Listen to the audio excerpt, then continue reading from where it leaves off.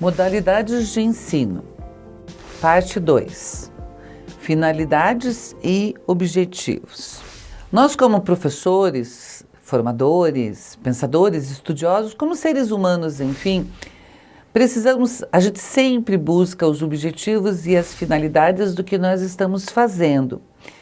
E nós precisamos conhecer dentro da diversidade quais são os objetivos e finalidades das modalidades de ensino, para que elas foram construídas, para se elas servem e se elas são suficientes. Isso é um fenômeno interessante para a gente pensar também. Será que as modalidades que estão postas estão dando conta das diversidades existentes? Será que não existe ou não vai existir? Com certeza vai existir, né? Uma modalidade diferente. Será que não vai ter um grupo, né, que tenham características iguais e que não se enquadrem em nenhum desses e que essa modificação vai acontecer? Pessoal, a gente tem que pensar isso, e eu gosto de falar bastante isso em relação à legislação, tá?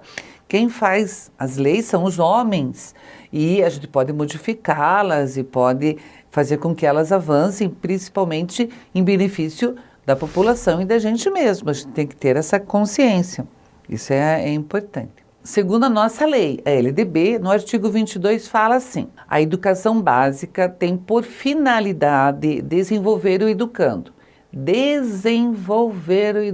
Assegurar-lhe a formação comum indispensável para o exercício da cidadania e fornecer-lhe meio para progredir no trabalho e em seus estudos posteriores. Então veja qual é a função, qual é o objetivo da educação básica. Então aqui, ó, qual que é a finalidade da educação básica que nós já vimos? Desenvolver o educando, assegurar uma formação comum, indispensável. Para quê? Para o exercício da cidadania. Cidadania, direitos e deveres. E fornecer-lhe meio para progredir no trabalho e nos estudos posteriores. Bacana isso. Meninos, eu não gosto muito de lei, não gosto, acho muito aborrecido, mas a gente tem que saber, principalmente a LDB, que é a nossa lei. E esse artigo é bem bacana, é bem importante. Então, a educação básica tem que dar o mínimo necessário para as pessoas terem condições de ser cidadãos. E quando se é cidadãos, como eu já disse, eu conheço os meus direitos e os meus deveres. Os direitos e os deveres, eles estão equilibrados. Ninguém tem mais direito e menos deveres ou vice-versa. Eles têm que estar equilibrados. Nós temos que conhecer isso da gente, claro, primeiro da gente e depois dos outros para poder conviver bem. A educação básica serve para isso. Então, quando eu chamo a atenção, por exemplo, de um aluno na frente de todos os outros, de uma forma agressiva ou grosseira, ou, lá vou eu provocar, quando a gente grita na sala com o aluno, o que eu estou ensinando para esse aluno? Eu falo isso porque é muito comum a gente chegar na educação básica, infantil, as primeiras séries do ensino fundamental e ver assim aquela barulheira dos alunos e dos professores e um grita com o outro e outro grita. Se o professor está ensinando o tempo todo, o que eu estou ensinando aos meus alunos? Né? Se eu mando ele ficar quieto gritando com ele, o que eu estou ensinando? A gente aprende o que a gente vê ou o que a gente ouve, né? O que acontece, o ver que eu quero dizer assim, né? Então, o que a gente ensina para esses nossos alunos e o que a gente quer? Isso é bastante importante, principalmente em relação à diversidade. O que é ser cidadão? Ser cidadão significa conviver em sociedade, ter direitos civis e políticos garantidos e ter consciência de seus deveres. E mais do que isso, interiorizados, a fim de usufruir deles com base na lei maior, que é a Constituição. Então é isso que eu tenho dito, né? Na minha fala dá para perceber que tem isso.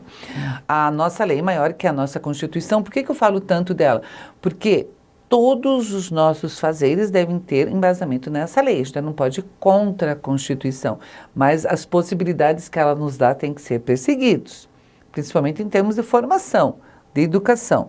E o cidadão, o verdadeiro cidadão, e o objetivo da educação é formar cidadão. A gente já viu isso por lei. Tá vendo o que eu fiz? Eu fiz o recorte das leis, né, de algumas leis, para mostrar como uma coisa está vinculada à outra. E quando eu sou cidadão e conheço os meus direitos e deveres, a minha diversidade, as minhas diferenças e dos meus alunos são respeitados. Simples assim. Mas é simples assim? Não, não é simples, é complexo. Mas eu preciso ter esses argumentos para brigar dentro de uma escola por direitos de um aluno autista assistir aula e participar das aulas. Eu tenho que ter argumentos para dar condições desse professor fazer esse acompanhamento. E não simplesmente enfiar dentro da sala de aula um aluno autista, um aluno cego, um aluno surdo, um índio, um aluno indígena, né? Ou buscar um aluno na escola no interior e trazer para uma escola da cidade, que são realidades diferentes, interesses diferentes, né? E colocar tudo na mesma sala e dar aula igual para todo mundo, falando que eu estou sendo justa, estou fazendo tudo igual. Então é essa reflexão que eu quero que a gente faça. Para que todos os educandos tenham pleno desenvolvimento, é necessário que todas as escolas tenham condições mínimas e básicas. Preparação do aluno voltado para a participação efetiva da vida social e política. Ele deve participar das tomadas de decisão e deve conhecer e exigir seus direitos e deveres. Parece que a gente está repetindo as mesmas ideias. Meninos, isso daqui, condições mínimas e básicas. Eu não consigo ser bom professor, eu não consigo ter boas aulas se eu não tiver as condições mínimas, básicas. Cabe a nós exigir isso. Claro, meninas, eu não sou ingênua, até gostaria de ser bem ingênua mesmo, mas eu sei que nós, professores, fazemos verdadeiros milagres dentro da sala de aula. Nas condições que são nos dadas e o resultado que nós oferecemos para a sociedade. Eu trabalhei em escola pública, eu sei disso, né? A gente consegue produzir muito pelo pouco que nos dá, mas isso não quer dizer que a gente deva aceitar isso passivamente. A gente tem que reivindicar, a gente tem que exigir nossos direitos, a gente tem que buscar e principalmente junto com os alunos e com a família.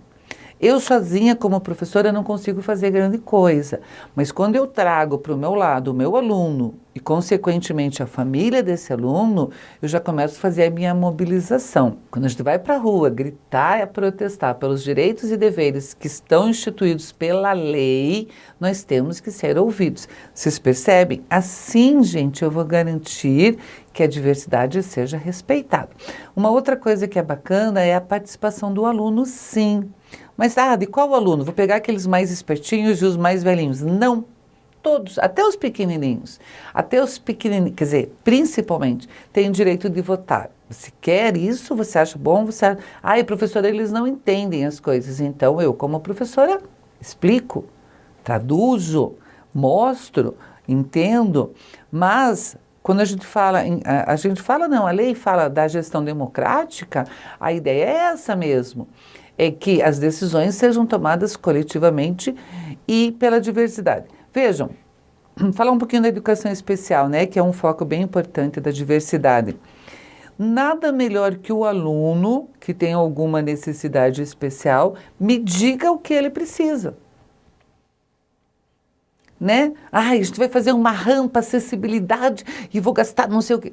Antes disso, vamos conversar com o aluno? É claro que tem que ter uma rampa para todos terem acesso, sejam eles quais forem. Mas eu converso com o aluno sobre que tipo de rampa que é, como que não é. De repente, eu faço uma coisa enorme, eu faço alguma coisa... E lógico, né, gente, tem a lei, tem normas da BNT que determinam altura, ângulo, corrimão, enfim. Não é assim. Só que o que eu vejo é assim. A gente vai receber um aluno, vem a inspetoria, faz uma rampa, daí você vai ver a rampa, ela dá de cara com uma escada e algumas coisas absurdas que tem por aí.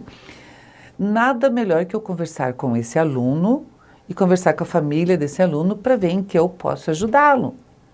em ver o que eu posso buscar os recursos para poder ajudar. Isso que é respeitar a diversidade. Igualdade de condições para o acesso e permanência, eu estou falando nisso. Liberdade de aprender, ensinar e pesquisar. Quando eu falo em liberdade de aprender, significa que ele tem que aprender as coisas numa visão ampla, não o que eu acredito só. Vou chegar para ele e vou falar assim, olha, na minha opinião, esse partido político é melhor do que o outro. Por quê? Ele tem essa, aquela. Se você quiser falar isso e tiver ousadia, eu não gosto de falar esse tipo de coisa. Eu, pessoalmente, acredito, a minha fé, pessoalmente, é essa, aquela, mas não quer dizer que a sua, né? Em relação a gênero, eu respeito todos os gêneros, eu tenho a minha e quero que seja respeitada também, e não ficar fazendo brincadeira ou qualquer tipo de comentário nesse sentido. Daí, mais uma vez, pluralismo de ideias e de concepções pedagógicas. Quanto mais discussão tiver sobre isso, é melhor. Respeito à liberdade e apreço à tolerância, valorização das experiências extras escolares e garantia de padrão de qualidade. Eu acredito que na minha fala eu já falei essas coisas assim de forma indireta, né? Vamos retomar o referencial curricular nacional, que é importante. Nós temos um referencial curricular nacional. O que é isso? Todos os conteúdos a serem trabalhados, os conteúdos essenciais, básicos a serem trabalhados no país inteiro estão expressos ou indicados nesses referenciais. Desenvolver uma imagem positiva de si, é isso que está colocado lá. Descobrir e conhecer progressivamente o seu próprio corpo. Utilizar as diferentes linguagens. Estabelecer vínculos afetivos. Estabelecer e ampliar cada vez mais as relações sociais. Observar e explorar ambiente. Conhecer algumas manifestações culturais. Eu faria isso daqui, meninos, como se fosse um checklist, assim, com os meus alunos mesmo, sabe? Chegar com os meus alunos e falar assim, nós temos uma imagem positiva de nós mesmos? Eu sou gorda, eu sou velha, eu sou feia, eu sou negra, eu sou baixo, eu sou espinhudo, sei lá o que os alunos falam. O que eu posso fazer para desenvolver essa imagem positiva? Descobrir e conhecer o meu corpo como um órgão que funciona bem, pois eu estou vivo. Se eu não estivesse, eu não estaria aqui. As diferentes linguagens, gente. A linguagem do corpo, musical. Aqui, os alunos cegos, surdos, e esses termos eles são aceitos, tá? Com deficiência física faria um papel imprescindível. Imagine uma atividade onde todos estivessem vendados, ou como o aluno cego ia se sair, né, muito bem. Vínculos afetivos. Eu sou professora, eu não sou amiga dos meus alunos, mas você é ser humano e eles também. Ampliar cada vez mais relações sociais de respeito com o outro, de ouvir, de estar junto. Explorar o ambiente onde a gente está. Normalmente os alunos moram perto da escola. Se não morarem, melhor ainda. E as manifestações culturais. Vejam, faço um checklist com os meus alunos, a gente vai ter que atingir esses objetivos. O que a gente pode fazer? Dinâmica, pesquisa, atividade, conversa, bate-papo. Professor, e os conteúdos mínimos essenciais? Esses itens estão inseridos no trabalho que a gente faz com os conteúdos mínimos essenciais. Então, ter essa percepção é trabalhar a diversidade de uma forma consciente, de uma forma boa e positiva. Nossa, que brabeza, né, professora? Bons estudos e, é claro, até a nossa próxima aula.